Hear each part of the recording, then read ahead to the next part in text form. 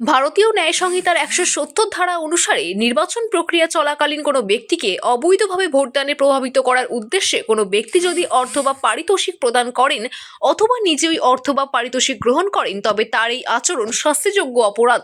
এই কারণে ওই ব্যক্তির ১ বছর পর্যন্ত শাস্তি অথবা জরিমানা অথবা উভয় হতে পারে। উপরন্তু ভারতীয় ন্যায় সংহিতার ১৭১ ধারা অনুসারে কোনো ব্যক্তি নির্বাচনের প্রতিদ্বন্দ্বিতা করেছেন এমন প্রার্থীকে অথবা ভোটারকে যদি ভীতি প্রদর্শন করেন অথবা কোনো রকম ক্ষতি সাধনের ভয় দেখান, সেক্ষেত্রে ওই ব্যক্তিকে ১ বছর পর্যন্ত শাস্তি অথবা জরিমানা অথবা উভয়ের সম্মুখীন হতে হবে। উৎকোচ প্রদান করেছেন অথবা গ্রহণ করেছেন অথবা ভোটারদের ভীতি প্রদর্শন করেছেন এমন সকল ব্যক্তিদের উদ্দেশ্যে ফ্লাইং স্কোয়াড গঠন করা হয়েছে, যার মাধ্যমে এই সকল অপরাধীর বিরুদ্ধে মামলা রুজু করা হবে।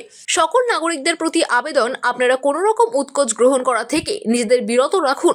উৎকোচ দেওয়া অথবা ভীতি প্রদর্শনের কোনো ঘটনা যদি আপনার নজরে আসে, তবে তৎক্ষণাৎ জেলার অভিযোগ গ্রহণ কেন্দ্রে যোগাযোগ করতে পারেন অথবা টোল ফ্রি 1950 নম্বরে ফোন করতে পারেন।